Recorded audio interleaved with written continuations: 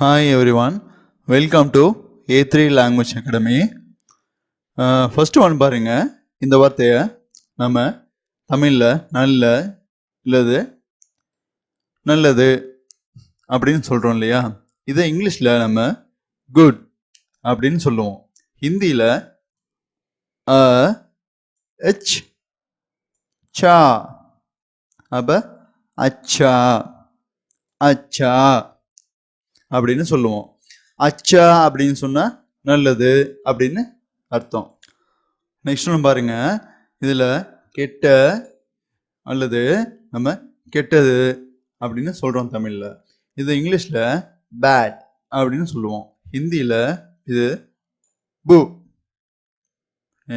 இது ரா, அப்ப புரா புரா அப்படின்னு சொன்னா கெட்டது அப்படின்னு அர்த்தம். நல்லதுன்னா அச்சான்னு சொல்றோம், கெட்டதுன்னா புரா அப்படின்னு சொல்றோம். நெக்ஸ்ட் ஒன், இந்த வார்த்தையை பாருங்க, இதுல சிறிய அல்லது சிறியது அப்படின்னு நம்ம சொல்றோம். இது இங்கிலீஷ்ல வந்து ஸ்மால் அப்படின்னு சொல்றோம். ஹிந்தியில இது சோ, இந்த எழுத்து டா, அப்ப சோட்டா சோட்டா அப்படின்னு சொல்லலாம். சோட்டான்னு சொன்னா ஸ்மால், அதாவது சிறியது அப்படின்னு அர்த்தம். நெக்ஸ்ட் ஒன் பாருங்க, பெரிய அல்லது பெரியது அப்படின்னு நம்ம சொல்றோம் தமிழ்ல. இது இங்கிலீஷ்ல பிக் அப்படின்னு சொல்றோம்.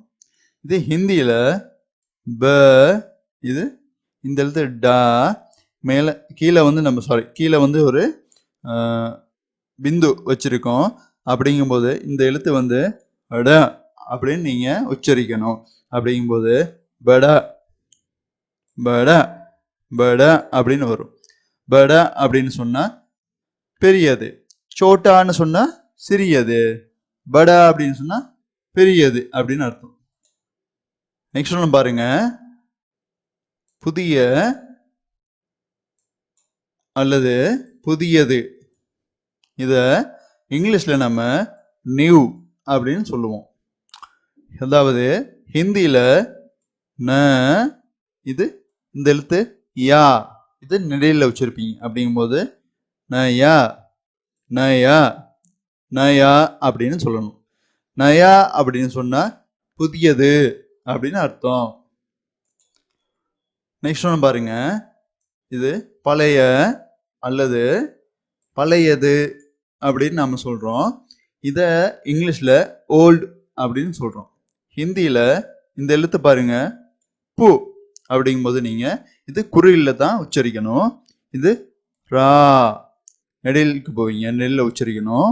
அது நா, இதுவும் நெடில உச்சரிக்கணும். அப்படிங்கும்போது பூ ரா நா, புராணா புராணா புராணா அப்படின்னு உச்சரிக்கணும். புராணா அப்படின்னு சொன்னா பழையது அப்படின்னு அர்த்தம். இதே வந்து நயா அப்படின்னு சொன்னா புதியது அப்படின்னு அர்த்தம். நெக்ஸ்ட் ஒன்று பாருங்க, நம்ம சூடான அப்படின்னு தமிழ்ல சொல்றோம் இல்லையா? இதுக்கு இங்கிலீஷ்ல ஹாட் அப்படின்னு சொல்லுவோம். ஹிந்தியில க, இது ர, இது ம, மேல ஒரு புள்ளி இருக்க மாதிரி நீங்க நினைச்சுக்கோங்க. அப்படிங்கும்போது கரம் கரம் கரம் அப்படின்னு உச்சரிக்கணும். கரம்னு சொன்னா சூடான அப்படின்னு அர்த்தம். சூடான ஒரு, இப்ப சூடான டீ அப்படிலாம் சொல்லுவோம். அதுக்கு சூடான இந்த வார்த்தைக்கு கரம் அப்படின்னு நாம யூஸ் பண்ணலாம். நெக்ஸ்ட் ஒன்று பாருங்க, நம்ம குளிர்ச்சியான அப்படின்னு தமிழ்ல சொல்றோம். இதுக்கு இங்கிலீஷ்ல கோல்டு அப்படின்னு சொல்றோம். ஹிந்தியில இந்த எழுத்து ட, இது மேல பாருங்க ஒரு பிந்து இருக்கு, இந்த பிந்து வந்து அப்படின்னு உச்சரிக்கணும். இங்க டா, அப்ப ட